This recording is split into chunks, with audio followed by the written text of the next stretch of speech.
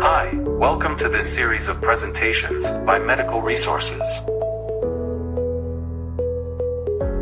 Our mission is to facilitate access to medical resources to improve the health of vulnerable populations.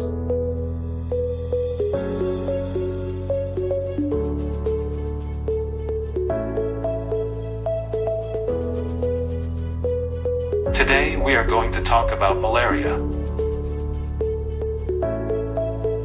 This short video aims to educate the general population about malaria and to facilitate the understanding of this disease that kills thousands of people every year.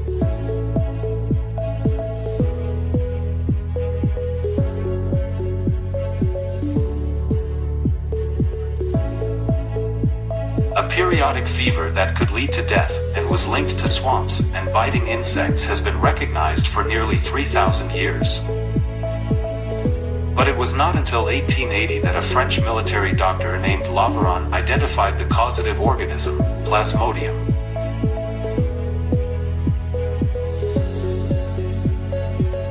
Malaria is an infectious disease caused by a parasite of the genus Plasmodium, spread by the bite of mosquitoes of the genus Anopheles.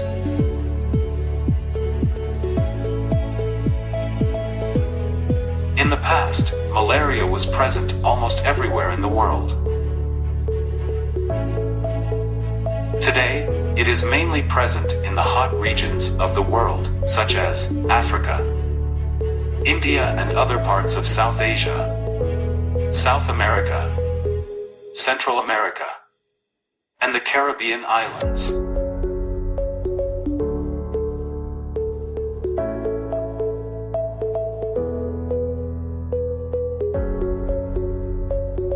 Every year, millions of people around the world are infected with malaria and nearly 500,000 people die from the disease.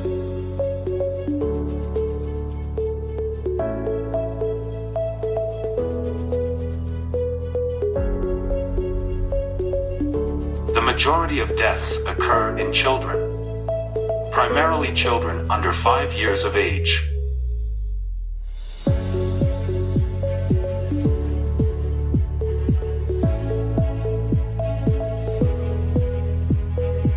There are 4 species of the malaria parasite that affect humans. These are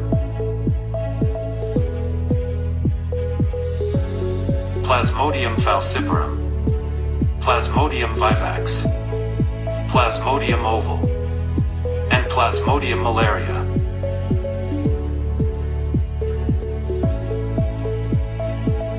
Plasmodium falciparum is the most dangerous and is responsible for the vast majority of deaths.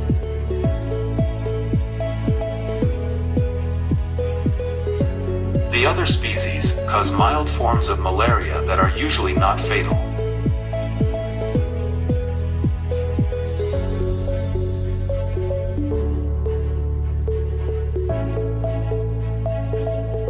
Malaria parasites live and multiply in the blood of infected people.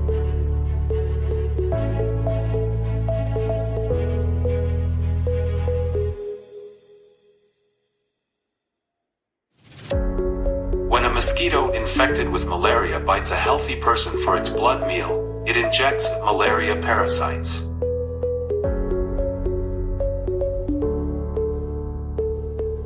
The malaria parasites, once in the human body, go to the liver of the subject to infect the liver cells and multiply.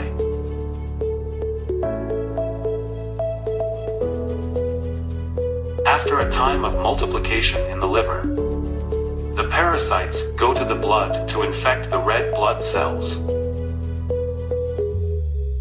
They will continue to multiply in the blood and infect other red blood cells, which is responsible for the manifestation of the disease.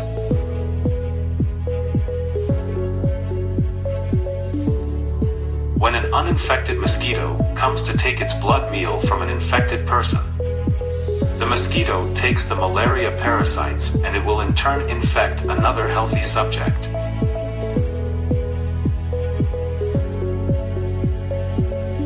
So on and so forth, and the cycle of the malaria parasite continues.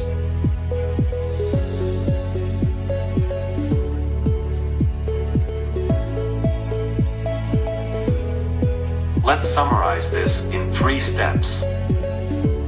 1. The infected mosquito bites the subject and gives him the malaria parasites. 2. The malaria parasites multiply in the subject and cause the disease.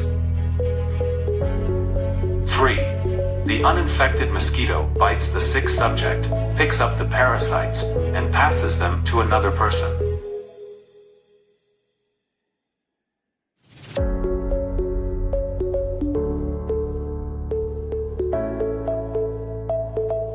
How does the disease manifest itself in people with the disease?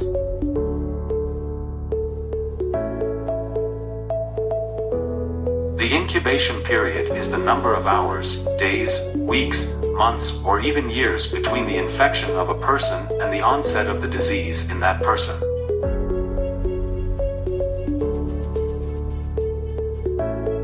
For malaria, this period depends on the species of parasite. It is most often 12 to 17 days for Plasmodium vivax, 9 to 14 days for Plasmodium falciparum, 16 to 18 days or more for Plasmodium ovale, and from 1 month to several years for Plasmodium malariae.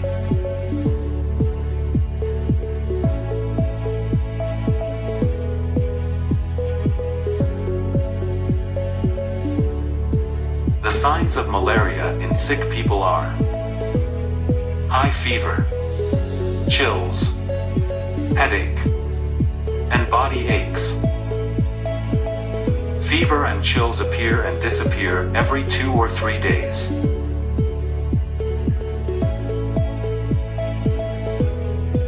To these signs may be added fatigue, nausea, vomiting, and often diarrhea, especially in children.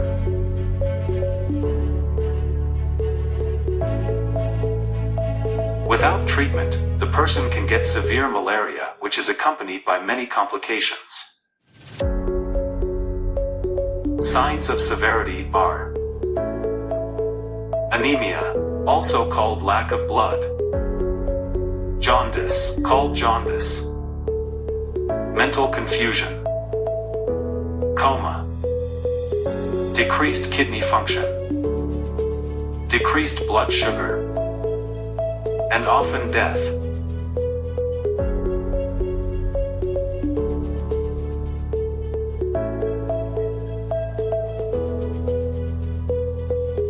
How can doctors determine the presence of malaria? Doctors diagnose malaria by asking patients about the signs of the disease they have, and by doing blood tests. There are 2 types of blood tests. The rapid tests, called rapid diagnostic tests, or RDTs, and the microscopic tests that are the thick drop and thin smear.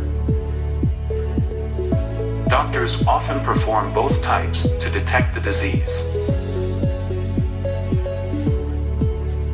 RDTs use blood placed on a cassette that detects the presence of a part of the parasite in the blood called antigen. The thick drop and thin smear involve looking under a microscope for the presence of the parasite in the patient's blood.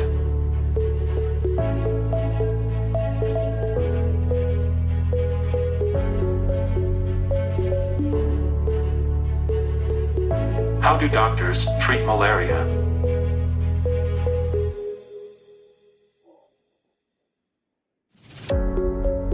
The treatment of malaria depends on the severity of the disease. Uncomplicated forms are treated as an outpatient with drugs against the parasites and signs of the disease.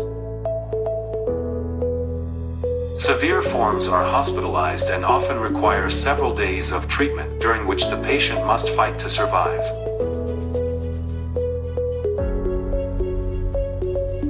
It is therefore important to go to the health center quickly if you feel sick or if your child is sick to receive care. Malaria that is managed early on does not become complicated and the patient recovers fairly quickly.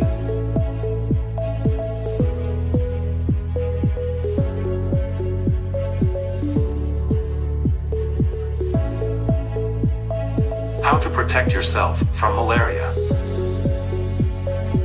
To avoid mosquito bites, you should sleep under an insecticide-treated mosquito net. Apply mosquito repellents to exposed skin. Wear long pants and long-sleeved shirts, especially between dusk and dawn, which is when the mosquitoes that transmit malaria are most active. People living in areas where malaria is present should spray insecticides often in their homes. Place screens on doors and windows. And clean stagnant water, for example, in old tires, flower pots or puddles where mosquitoes like to breed.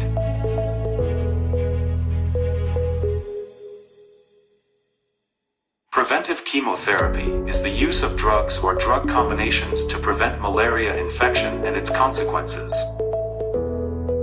It includes chemoprophylaxis with the combination of sulfadoxine and pyrimethamine, SPC during the transmission season, and intermittent preventive treatment of infants and pregnant women. These safe and cost-effective strategies are intended to complement ongoing malaria control activities, including vector control measures, rapid diagnosis of suspected cases, and treatment of confirmed cases with antimalarials.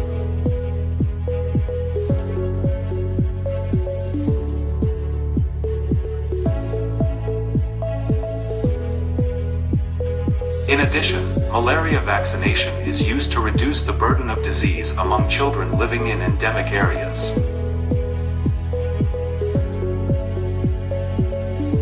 The World Health Organization recommends the use of the RTSS vaccine for children living in areas where malaria is most commonly transmitted.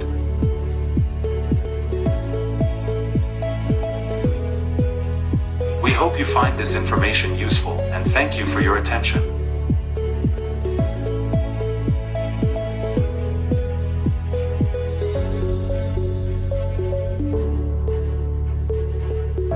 Like, share this video, and don't forget to subscribe to our channel so you don't miss anything.